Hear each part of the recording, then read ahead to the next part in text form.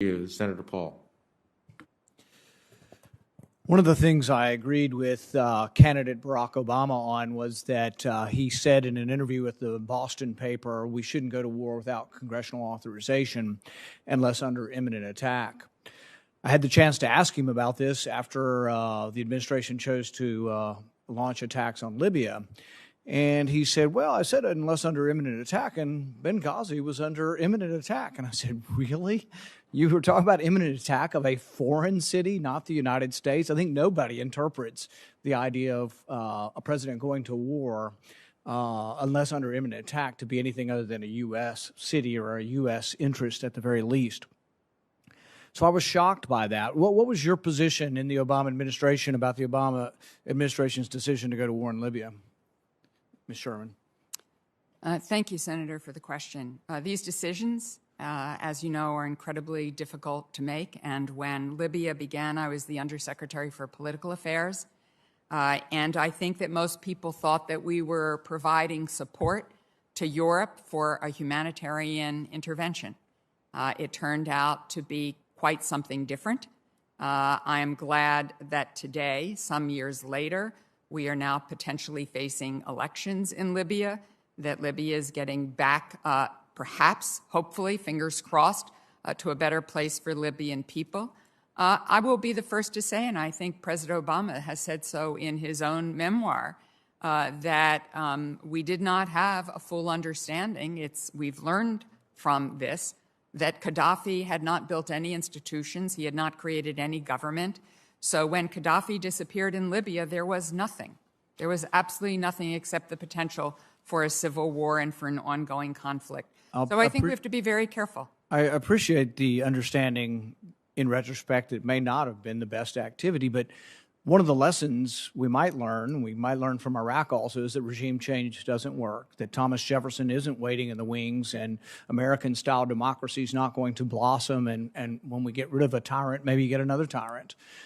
But I guess the reason I question whether there was a lesson learned is that immediately many people in the Obama administration, the Hillary Clinton camp, et cetera, Samantha Power, Susan Rice, and I'm not sure you, were then advocates of going into Syria in a big way. In fact, your boss basically has said, well, the problem was we just didn't go in big enough into Syria. What was your opinion on Syria during the Obama administration, on sending arms in and getting involved in their civil war?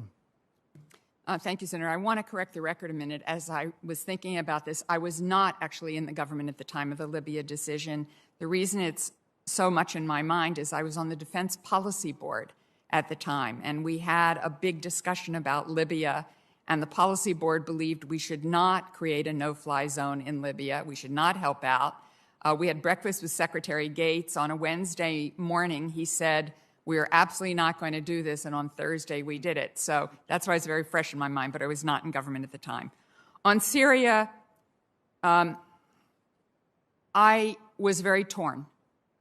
I thought there was a disaster happening in Syria and happening for the Syrian people.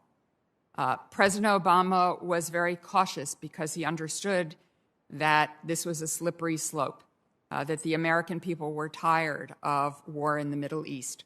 And so he moved very, very carefully. It's a struggle in those situations when you see terrible suffering of people. So not an easy decision. I think he tried to be very cautious. But, you know, I think we have to learn some lessons sometime. I mean, many in the Democrat side of things learned the lesson very quickly, maybe just for partisan reasons. They didn't like the Iraq war and that it was a disaster. But really, it was a disaster. I mean, it's still an ongoing disaster. The whole tipping of the balance between Iran and the rest of the Middle East was tipped by, you know, getting rid of the regime in Iraq. And so it's this idea that we're going to make the world this great place for democracy, this Wilsonian idea, this naivete that, you know, we're going to get rid of a regime and it's going to get better, even in Syria. So we didn't go all the way in, you know, with the full might of the U.S. We went part way in.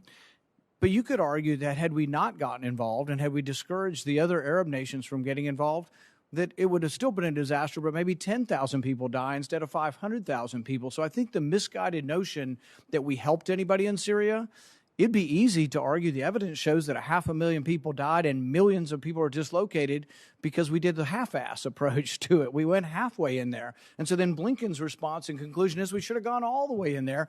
And from my perspective is we need to stay the hell out of these wars. And toppling, one strong man, one tribal leader, we get another one or we get worse. And all along the Syrian civil war, the fiercest fighters, we would pretend that there were lawyers and doctors fighting, that there were these moderates over there fighting. Al-Nusra were the fighters. Al-Qaeda were the fighters. The fiercest fighters were the jihadists. And so I've never thought that the jihadists would be better than Assad, and I'm not a fan of Assad either. But we have to learn some lessons, and I don't think we adequately learn the lessons. We go from Iraq and the power vacuum of Iraq. People say, oh, ISIS came about because we left too soon. Well, maybe ISIS came about because we got rid of Hussein. I mean, what is the original domino that leads to that? It's destabilizing and having no government. You may be optimistic about Libya, but I see it as one of the biggest terrorist havens in the world. You got competing governments. The last administration was never really clear who they were supporting, whether it was this General Haftar or the UN government. And the thing is it's muddled. We have all these people we give arms to who are then giving arms to both, to opposite sides in this Libyan civil war. Maybe we'd have been better off not getting involved, not bombing Gaddafi into oblivion, not thinking that he was some great saint, but knowing that there was at least some stability there. And I wonder if chaos is worse scenario. And all I would ask is that we've got to learn these lessons, and I'm not so positive. I don't think Blinken has. He's already sending us back into Syria. What do you think of sending more convoys into the conflict in Syria? Well, my understanding, Senator, is that's not what Secretary Blinken is about.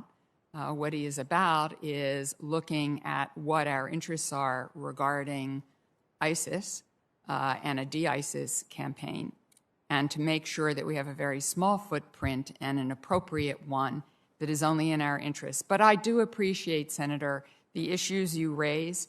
These are very hard decisions. You are correct that we should learn lessons of history and try not to repeat them, that regime change is rarely, if ever, successful. So on some of your points, I would agree with you. I think, nonetheless, we do have American interests that compel us sometimes to use very precious blood and treasure, but no president, no Secretary of State, no Secretary of Defense makes these decisions without enormous consideration. And I hope as this administration goes forward with more and more consultation with Congress, as I think the chairman knows, finally, long overdue, there are now Title X notifications, pre-notifications to this committee, and I think that is a step in the right direction. I hope you'll be a constructive voice. All I will say is that the initial, we're bombing now again in Syria without congressional approval, and we're sending more convoys in there without congressional approval. It's a messy war. It's been going on forever. There's nothing good that's going to come out of our involvement. People say, well, U.S. lives are at risk. Yeah, because we put them there. We put them in the middle of a civil war that's largely over, but can continue if we keep putting troops into there to put our troops as a tripwire to get involved in a further escalation of this war. So I hope there will be sane voices, and I hope you'll be one of those. But I don't have a great deal of confidence that we've actually gone away from John Bolton. I think we've gone to a liberal form of John Bolton with your new boss, and that's something I'm very concerned with. Senator Murphy. Thank you very much, Mr. Chairman. Thank you to you both for your continued